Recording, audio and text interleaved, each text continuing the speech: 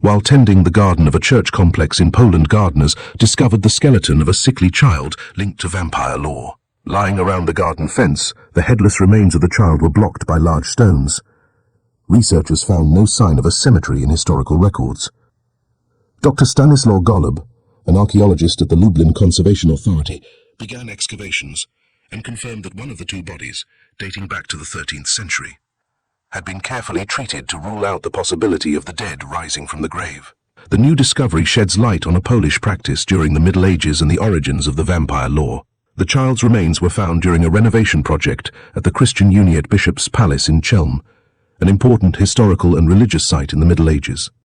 The Provincial Monument Protection Agency in Chelm said the child may have suffered from tuberculosis.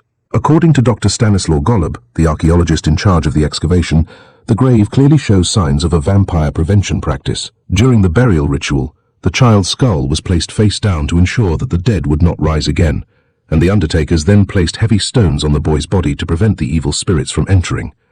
Like other vampire graves, the grave in the churchyard has all the typical signs, including the use of plaster and an east-west orientation, allowing archaeologists to determine that the grave was medieval and was intended to prevent vampires from feeding on the local population. The team hopes to learn more about the life and customs of that time with the newly discovered remains.